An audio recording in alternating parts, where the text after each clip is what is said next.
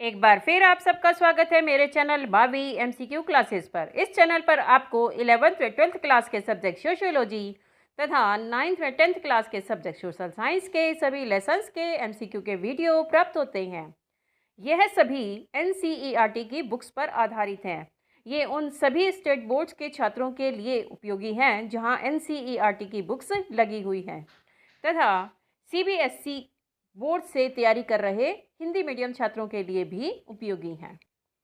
ये राज्यों के टीचर्स एलिजिबिलिटी टेस्ट की तैयारी कर रहे छात्रों के लिए भी अत्यंत महत्वपूर्ण है। आज की यह वीडियो 9th क्लास की हिस्ट्री की बुक से है, जिसका शीर्षक है नाथसीवाद और हिटलर का उदय। चलिए जल्दी से चैनल को सब्सक्राइब कर लीजिए यदि अभी तक आपने चैनल को सब्सक्राइब नहीं किया है। आइए शुरू करते हैं। प्रश्न नंबर 1, जर्मन तानाशाह हिटलर जर्मनी का चांसलर कब बना? 30 जनवरी 1933, 28 फरवरी 1935, 3 मार्च 1933 या 30 अप्रैल 1933? इसका उत्तर है 30 जनवरी 1933 को। जर्मनी के राष्ट्रपति हिंडनबर्ग ने हिटलर को चांसलर का पद सौंपा। प्रश्न नंबर 2, जर्मन तानाशाह हिटलर का जन्म कब और कहाँ हुआ? 1889 में जर्मनी में, 1889 में ऑस्ट्रिया में, 1901 में रूस में या 1890 में इंग्लैंड में? उत्तर है 1889 में ऑस्ट्रिया में। वैसे जर्मनी के शासक थे लेकिन इनका जन्म ऑस्ट्रिया में हुआ था। प्रश्न नंबर 3, प्रथम विश्व युद्ध कब से कब तक चला? 1914 से 1920, 1914 से 1918, 1912 से 1916 या 1916 से 1920? उत्तर है 1914 से 1918। 1 अगस्त 1914 को युद्ध की शुरुआत हुई थी व 9 नवंबर 1918 को जर्मनी के घुटने टेकने के साथ ही युद्ध की समाप्ति हो गई थी। प्रश्न नंबर 4, वर्साय की शांति संधि कब हुई, जो जर्मनी की जनता के लिए बहुत कठोर और अपमानजनक थी?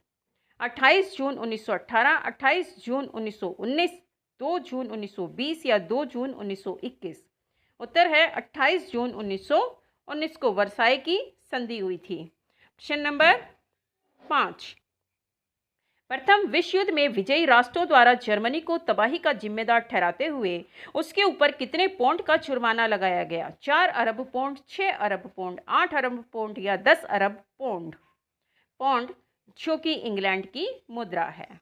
कितने अरब पौंड का जर्मनी के ऊपर जुर्माना लगाया गया? उत्तर है 6 अरब पौंड। सिर्फ यही नहीं, जर्मनी को युद्ध का जिम्मेदार ठहराते हुए उसके सारे उपनिवेश उससे छीन लिए गए, 10% आबादी उससे ले ली गई, 75% लौह भंडार और 26% कोयले भंडार भी उससे ले लिए गए और साथ साथ सेना भी उसकी भंग कर दी गई। प्रश्न नंबर 6, जर्मनी की संसद का क्या नाम है? ड्यूमा, पार्लियामेंट, राइक्सटॉग या डाइट? उत्तर है राइक्सटॉग। प्रश्न नंबर 7, जनमत को प्रभावित करने के लिए किया जाने वाला एक तरह का प्रचार जिसमें पोस्टरों, फिल्मों और भाषणों, इश्तहारों तथा रेडियो को माध्यम बनाया जाता है, क्या कहलाता है? प्रोपेगेंडा, सर्वहाराकरण, वायरल करना या नात्सीकरण? उत्तर है प्रोपेगेंडा। एक विशेष प्रकार का प्रचार जो एक विशेष प्रकार की छवि गढ़ने के लिए किया जाता है और जिसमें पोस्टर, फिल्म, भाषण, इश्तहार, रेडियो इत्यादि का प्रयोग किया जाता है। प्रश्न नंबर 8, नाजी विचारधारा में किसको एक मसीहा के रूप में प्रस्तुत किया गया जो उन्हें सभी मुसीबतों और अपमान से छुटकारा दिला सकता था? उत्तर है इसका हिटलर को। प्रश्न नंबर 9, वाइमर गणराज्य द्वारा किस देश में शासन चलाया जाता था? फ्रांस में, जर्मनी में, इंग्लैंड में या रूस में? इसका उत्तर है जर्मनी में। प्रथम विश्व युद्ध की समाप्ति के बाद नवंबर 1918 में जर्मनी के अंदर वाइमर गणराज्य सत्ता में आया। प्रश्न नंबर 10, जर्मनी की मुद्रा किस नाम से जानी जाती थी? डॉलर, पाउंड, रुपए या मार्क? उत्तर है मार्क। प्रश्न नंबर 11, समाज के मध्यम वर्ग का गरीब होते होते मजदूर वर्ग की आर्थिक स्थिति में पहुंच जाना क्या कहलाता है? सर्वहाराकरण, राइक्सटॉग, वाइमर या बुर्जुआ? उत्तर है सर्वहाराकरण। 1929 की विश्वव्यापी आर्थिक महामंदी का जर्मनी के ऊपर बहुत असर पड़ा और वहाँ के अधिकतर लोग बेरोजगार हो गए और जो मध्यम वर्ग था वो धीरे धीरे गरीब होना शुरू हो गया। इस स्थिति को सर्वहाराकरण कहा गया। प्रश्न नंबर 12, वाइमर गणराज्य के हिमायती होने के कारण समाजवादी, कैथोलिक और डेमोक्रेट खेमे के लोगों को क्या कहकर उनका मजाक उड़ाया जाता था? जनवरी के अपराधी, सितंबर के अपराधी, नवंबर के अपराधी या दिसंबर के अपराधी? उत्तर है नवंबर के अपराधी, क्योंकि नवंबर 1918 में वाइमर गणराज्य को सत्ता सौंपी गई थी और समाजवादी, कैथोलिक और डेमोक्रेट उनके सहायक थे। वहाँ की जनता वाइमर गणराज्य से खुश नहीं थी, इसलिए इन सब को नवंबर के अपराधी कहा जाता था। प्रश्न नंबर 13, जब कीमतें बेहिसाब बढ़ जाती हैं उस स्थिति को क्या कहा जाता है? मुद्रास्फीति, अति मुद्रास्फीति, मुद्रा अवमूल्यन या मुद्रा परिवर्तन? मुद्रास्फीति या अति मुद्रास्फीति? उत्तर है इसका अति मुद्रास्फीति। अति मुद्रास्फीति का अर्थ है जब जो मुद्रा होती है उसका मूल्य बहुत ही कम हो जाता है, अर्थात कोई चीज़ खरीदने के लिए बहुत अधिक मुद्रा देनी पड़ती है। उस समय कहा जाता है कि जर्मनी के लोग पाव रोटी खरीदने के लिए बैलगाड़ी भरकर रुपए यानी कि मार्क लेकर जाते थे। प्रश्न नंबर 14, किस अनुच्छेद के तहत राष्ट्रपति को आपातकाल लागू करने, नागरिक अधिकार रद्द करने और अध्यादेशों के जरिए शासन चलाने का अधिकार दिया गया था? अनुच्छेद 48, अनुच्छेद 40, अनुच्छेद 38 या अनुच्छेद 30? उत्तर है अनुच्छेद 48। वाइमर गणराज्य के द्वारा अनुच्छेद 48 का बहुत अधिक इस्तेमाल किया गया था। प्रश्न नंबर 15, जर्मनी में विशेषाधिकार अधिनियम, जिसे इनेबलिंग एक्ट कहा जाता है, कब पारित किया गया, जिसके द्वारा जर्मनी में तानाशाही स्थापित कर दी गई? 30 जनवरी 1933, 28 फरवरी 1933, 3 मार्च 1933 या उपरोक्त सभी? इसका उत्तर है 3 मार्च 1933। 30 जनवरी 1933 को यानी कि जनवरी में हिटलर चांसलर बना।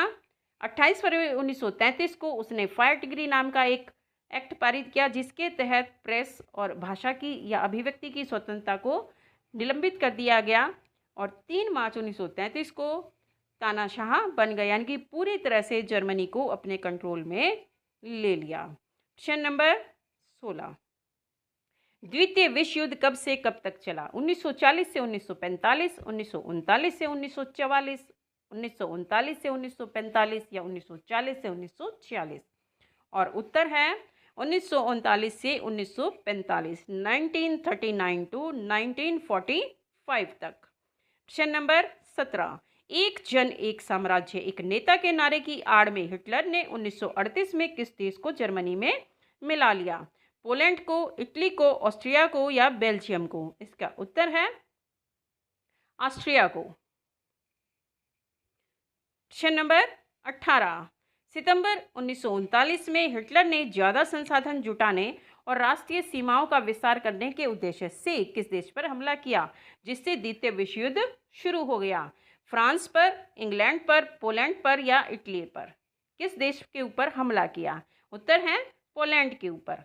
वो पोलैंड को अपने देश में मिलाना चाहता था, अपने देश की सीमाओं का विस्तार करना चाहता था ताकि आर्य नस्ल को पोलैंड में बसाया जा सके और संख्या बढ़ाई जा सके। प्रश्न नंबर 19, जापान ने अमेरिका के किस ठिकाने को बमबारी का निशाना बनाया? यानी कि जापान ने अमेरिका के किस ठिकाने पर बमबारी की? न्यूयॉर्क, अटलांटा, पर्ल हार्बर या वॉशिंगटन? इसका उत्तर है पर्ल हार्बर। इस हमले के बाद ही अमेरिका द्वितीय विश्व युद्ध में शामिल हुआ था। प्रश्न नंबर 20, अगस्त 1945 में अमेरिका ने जापान के किन शहरों पर परमाणु बम गिराए थे, जिसके बाद द्वितीय विश्व युद्ध पूरी तरह समाप्त हो गया? हिरोशिमा, टोक्यो, नागासाकी या हिरोशिमा और नागासाकी दोनों? उत्तर है हिरोशिमा और नागासाकी। 6 अगस्त को हिरोशिमा और 9 अगस्त को नागासाकी पर परमाणु बम गिराए गए थे, जिसके बाद द्वितीय विश्व युद्ध समाप्त हो गया। प्रश्न नंबर 21, निम्नलिखित में से कौन सी घटना और उससे संबंधित वर्ष सुमेलित नहीं है, यानी कि मैच नहीं करता है? जर्मनी द्वारा सोवियत संघ पर आक्रमण 1941, जर्मनी, इटली और जापान की संधि 1940, मित्र राष्ट्रों की विजय 8 मई 1945 या दूसरा विश्व युद्ध शुरू 1 अगस्त 1914। और जैसा आप सभी को पता है कि इसमें जो फोर्थ ऑप्शन है वो सुमेलित नहीं है। द्वितीय विश्व युद्ध शुरू हुआ था 1 सितंबर 1939 को। क्वेश्चन नंबर 22, नात्सी विचारधारा का आधार क्या था? लोकतंत्र, नस्ली आधार पर भेदभाव, सभी समाजों को बराबरी का हक या उपरोक्त सभी? नात्सी विचारधारा का आधार था नस्ली आधार पर भेदभाव। क्वेश्चन नंबर 23, जो नस्ल सबसे ताकतवर है वह जिंदा रहेगी, कमजोर नस्लें समाप्त हो जाएंगी, आर्यन नस्ल सर्वश्रेष्ठ है, उसे ताकत हासिल करनी है और दुनिया पर वर्चस्व कायम करना है। यह विचारधारा किसकी थी? समाजवादियों की, रूढ़िवादियों की, नात्सियों की या साम्यवादियों की? उत्तर है नात्सियों की। नात्सी नार्डिक आर्य प्रजाति को सबसे श्रेष्ठ मानते थे और उनका कहना था कि इनको दुनिया के ऊपर इसी वजह से राज करना चाहिए, अपना वर्चस्व स्थापित करना चाहिए। क्वेश्चन नंबर 24, 1938 में एक जनसंहार में यहूदियों की संपत्ति को नष्ट किया गया। यहूदी प्रार्थनागर, जिसे सिनेगॉग कहा जाता है, जला दिए गए और लोगों को गिरफ्तार किया गया। यह घटना किस नाम से जानी जाती है? लाइट ऑफ ब्रोकन ग्लास या night of broken glass, light of Germany या होलोकास्ट? इसका उत्तर है night of broken glass. Question number 25, Germany में किस वर्ग के लोगों को अवांछितों की श्रेणी में माना जाता था? यहूदी, जिप्सी, मानसिक और शारीरिक रूप से अपंग या उपरोक्त सभी? उत्तर है उपरोक्त सभी। इन सभी श्रेणियों के लोगों को अवांछित माना जाता था। अवांछित का अर्थ होता है जिनकी समाज को आवश्यकता नहीं है। इसका 25 का आंसर है उपरोक्त सभी। क्वेश्चन नंबर 26, हजारों यहूदियों को एक साथ कैसे मारा जाता था और उस घटना को होलोकास्ट कहा जाता था? परमाणु बम से पानी में डुबोकर, गैस चैम्बरों में बंद करके, जहरीली गैस द्वारा या गोलियों से? उत्तर है गैस चैम्बरों में बंद करके जहरीली गैस द्वारा हजारों की संख्या में यहूदियों को एक साथ मौत के घाट उतार दिया जाता था और इन घटनाओं को होलोकास्ट कहा गया, महाध्वंस या होलोकास्ट। क्वेश्चन नंबर 27, 14 साल से कम उम्र वाले बच्चों के लिए नात्सी युवा संगठन किस नाम से जाना जाता था? यंग फोक, हिटलर यूथ, लेबर फ्रंट या उपरोक्त सभी? उत्तर है यंग फोक। 14 वर्ष से कम उम्र के बच्चों के लिए यंग फोक नामक संगठन थे। क्वेश्चन नंबर 28, किस भारतीय नेता ने हिटलर को विश्व युद्ध रोकने की अपील करते हुए पत्र लिखा था?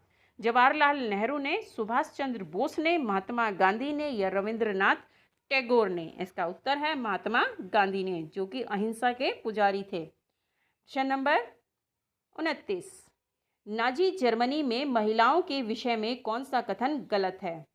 राज्य की सबसे महत्वपूर्ण नागरिक माँ है, अर्थात स्त्री को सबसे महत्वपूर्ण नागरिक माना जाता था। औरत का फर्ज बच्चों का पालन पोषण करना, अर्थात एक अच्छी माँ बनना औरत का फर्ज माना गया। अवांछित संतान के लिए पुरस्कृत करना, अवांछित संतान जो अपंग या अपाहिज होते थे उन्हें अवांछित कहा जाता था। इस प्रकार के बच्चों को जन्म देने वाली माँओं को पुरस्कृत करना या माताओं को विभिन्न मेडल प्रदान करना। बच्चों की संख्या के हिसाब से माताओं को कांस्य, सिल्वर और गोल्ड मेडल प्रदान किए जाते थे। इन चारों में से कौन सा कथन महिलाओं के विषय में गलत है? उत्तर है तीसरा, अवांछित संतान के लिए पुरस्कृत करना।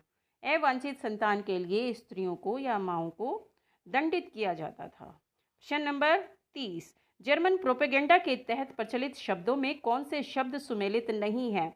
लोगों को गैस चैम्बरों में ले जाना, इवैक्यूएशन, विकलांगों के लिए यूथनेजिया, सामूहिक हत्याओं के लिए विशेष व्यवहार या गैस चैम्बरों को कहा जाता था सिनेगॉग।